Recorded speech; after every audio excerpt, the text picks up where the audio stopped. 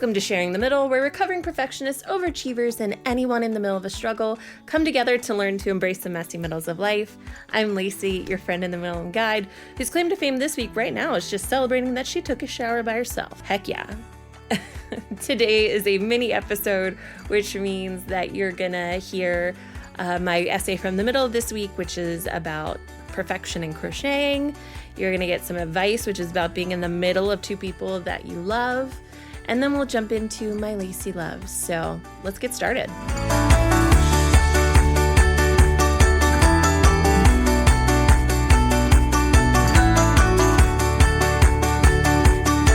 Learning to fail through crochet. Who knew picking up a hobby I have done on and off over the years would turn into a great lesson, an example of my progress with the middle. To be honest, I don't have much going on with my life, and you probably hear the same things over and over again from me. This is what happens when you barely leave the house. To replace this excitement, I get a bit obsessed. Some days it's baking bread, some days it's caulking the tub, but many days lately it has been crochet. My relationship with crochet. My mom is a crocheter. She always seemed magical in her ability to make yarn into something beautiful. She has crocheted blankets for all of her grandkids and many, many loved ones in our world. I remember my mom teaching me how to crochet when I was younger. I crocheted a blanket for my stuffed bunny. Read, it was just a really big square, but I was proud. Then I didn't touch it again for years. In my adult life, I have picked it up a few times here and there, having a deep fixation, but only having the attention to make a scarf and hat here and there. My mom would never tell you she is good at it, but I will tell you, she is good at it. I am passable. I'm very much in the beginner category. I still struggle with dropping or gaining stitches. It's truly a problem for me that Google videos can't seem to solve. I used to get frustrated and not pick up my crochet hooks for years.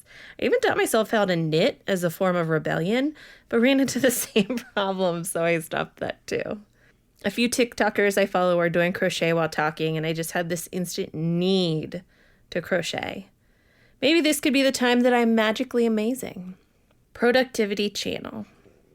For some reason, I got it into my head that if I made something practical and usable, not just another hat or scarf, it would stick. So I set my eyes on a market bag.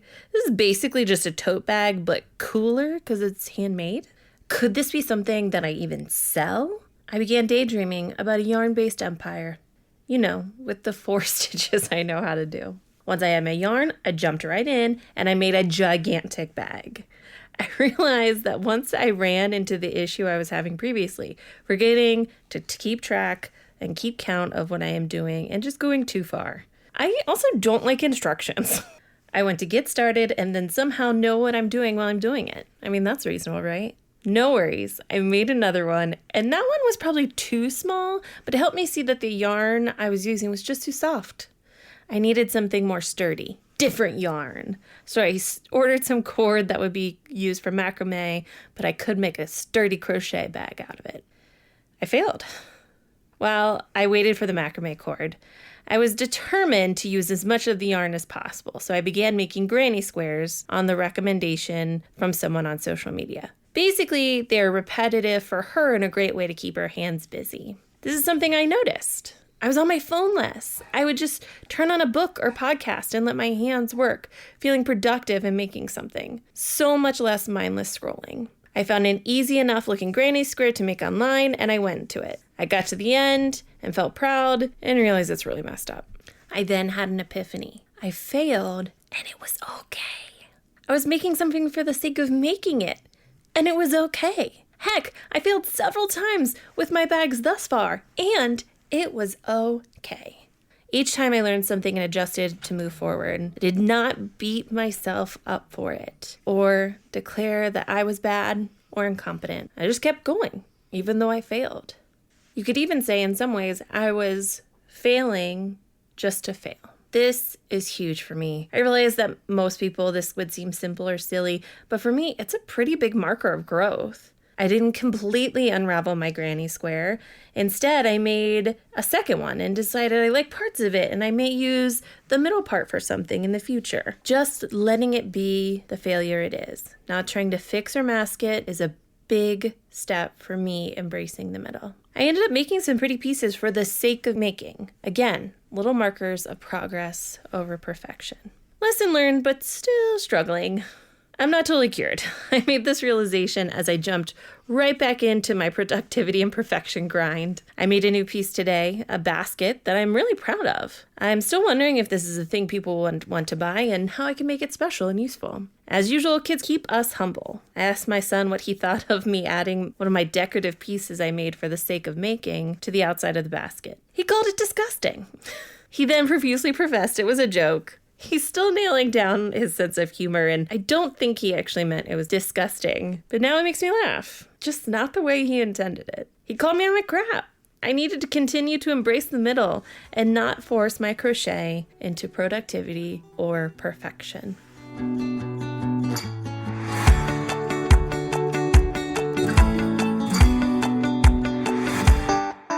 All right, friends, the advice from the middle letter that we have today is a little different than what we've had before, so I'm pretty excited. Here it goes. I find myself stuck in the middle of two people I love who have a serious conflict with each other. On one hand, there's my best friend who has been a constant support system for me through many ups and downs. On the other hand, there is my romantic partner who I care deeply for and have been in a committed relationship with for several years. The problem is that my partner and my best friend had a falling out, and now they refuse to be in the same room together. It makes it very difficult for me to navigate social situations and even family events. I feel like I am constantly caught in the middle and have to choose between them. I don't want to lose either of these important people in my life, but I also don't know how to make things better. I've tried talking to both of them separately, but they seem to be unwilling to reconcile. Can you offer any advice on how to handle this situation and find a way to bring these two important people back in my life together? I would be grateful for any guidance you have to offer. Whew! So this one I think is different because it's in the middle of people we love, and I thought that made it really interesting to talk about. I'm going to start off by saying that it's very hard to not press to understand what the conflict was, because I think a lot of times we as people tend to want to pick sides, right? So I actually really appreciate that they didn't include what the conflict was over, and that my listener I'm giving advice to, your perspective is you don't seem to care about the conflict, which I think is kind of cool. I think it's hard because I'm sure both of these two people want you to pick a side, right? They want you to go one way or another. So if you have figured out the boundaries that you can still maintain both of these relationships, you don't need my advice, because that is a very, very slippery slope there. My big kind of question mark / piece of advice that I would like to give to you, or question for you, is they don't necessarily need to be able to reconcile, in my opinion. They need to figure out how to get along. Those two things are very different objectives. I am a big fan of what's called meta communication, which is communicating about how you're going to communicate. And I would start from a very open place and go to each of them saying, look, you guys have this issue. I love you both. I don't care if you reconcile. That's not my business. That's between the two of you. But I care about the quality of my life, which is fair for you to care about. And I care about my own mental health. And you both are making this difficult for me. Be selfish. I mean, you are making concessions left and right because of their falling out. So if they love you, which it sounds like they do, they can make concessions for you. Going to them and saying, how can we get to you two just being in the same room together? I don't care if you're friends. I don't care if you reconcile. I care about this aspect of the quality of my life. And really what it's getting to is your actual wants and needs. When I was in graduate school, I was part of a mediation program. And we learned a model, and it's frankly something I think about often, and it's called the PIN model. When we are dealing with people, when it comes to things like negotiation, we are often presenting the P, which is our position. This is what we are saying we want. But underneath the position is our intentions. So this is kind of a layer deeper of, okay, this is what we want, but these are kind of more stuff around it. This is not super helpful, and I'm going to have to Google it again. The final layer, and this is the most important layer, is needs. We don't often come to the table with our needs. And a lot of times, because we're focusing on our position and just being right and not on what our actual needs are, we're not able to come to any kind of agreement. It's really going to kill me what... Okay. Don't worry, guys. I'm Googling it. There we go. It's interests. Oh, I'm such a educated individual. So positions is what we say we want. Interests is what we really want. And needs is what we must have. So you are taking the initiative and coming straight with needs. Of course you want them to be friends. Of course you want them to get along. You want to have whatever that big happy family looks like. But that's not necessarily going to be attainable. Getting down to, your interests. So what you really want is you really want them to be able to be together in a room, right? And then you need to be able to live your life in psychological safety, right? I'm getting myself really worked up. Anyway, I think by going at it with this solution-oriented, not to solve their problem, but to solve your problems. It's about you. And they both love you. I don't know. I think sometimes we don't do things because we think we're being selfish. And in my opinion, it is not selfish for these two people who seem to be the most important people in your life to come together to have a truce or whatnot for you. You can take them through the PIN model together. I don't know. But I think going to them separately and saying, this is the problem. This is what I would love to see, but this is what I need. You have the power to accept what you believe is reasonable. And so it is well within your frame or whatever to say, this is hurting my mental health. This is not a reasonable place for me to be living my life. We need to figure out a way to make it that way. I don't care about what's going on with you two. And I think ultimately that's a really healthy way to view boundaries in general of it's about what you're willing to accept, not what other people can or cannot do. You are not willing to accept this situation anymore. For you all to live, and you get to be a person in that, to live a happy, productive life. You get to say, this isn't working for me. I am not accepting this anymore. How can I get my happiness or whatnot? Hopefully that's not terrible advice. Also, there's Indy. I'm going to be thinking about this one a lot. We might actually do this again with another guest because I would love to get some of the different people in my own life's take on this. So if you would like to get some advice from the middle, feel free to email hello@themddl.com and put like advice in the subject so I know what I'm looking for. And I can give you some of my sweet advice.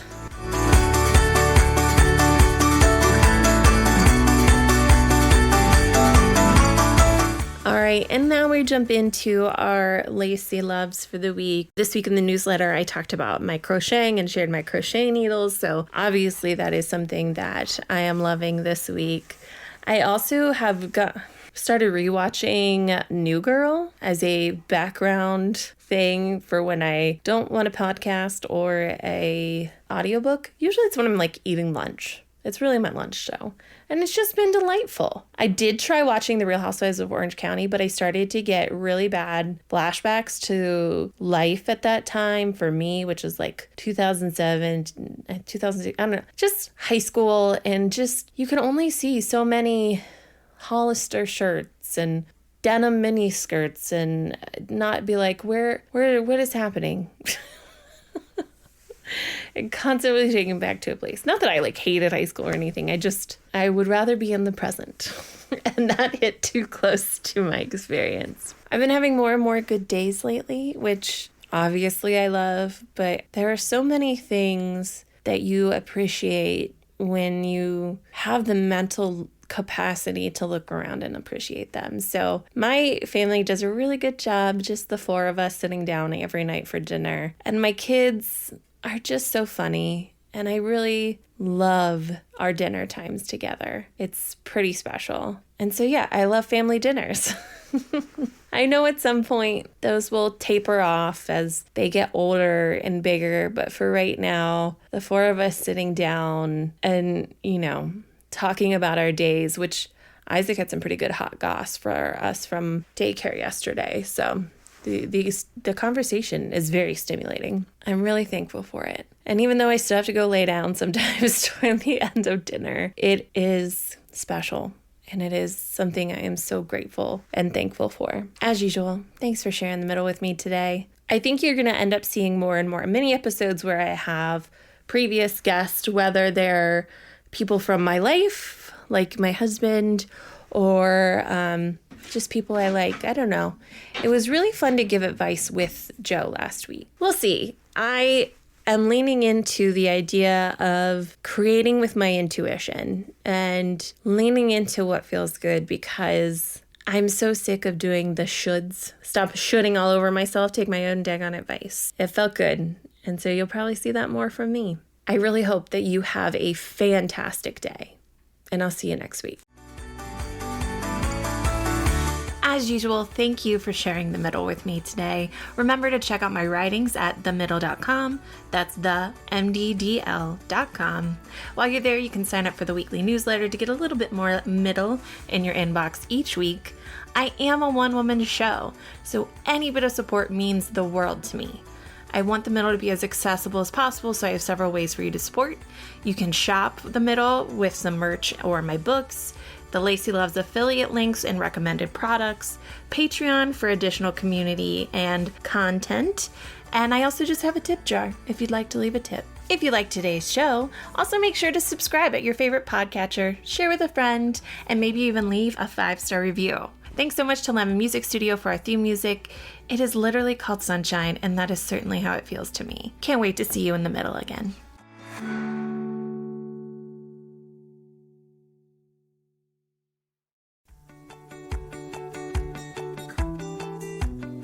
Thanks for sharing the middle with me. As always, I hope you've been able to see a little bit of yourself in the story we shared today. Don't forget to follow, share, rate, review, and follow me on social media at Lacey Shares. You can always check out the Joyful Support Movement at joyfulsupportmovement.com and see all of the amazing goodness we have there, like No Shame in the Home Game, Pops of Joy, courses, resources, and of course, the Joyful Support Village. All right, now go out there and spread some joy.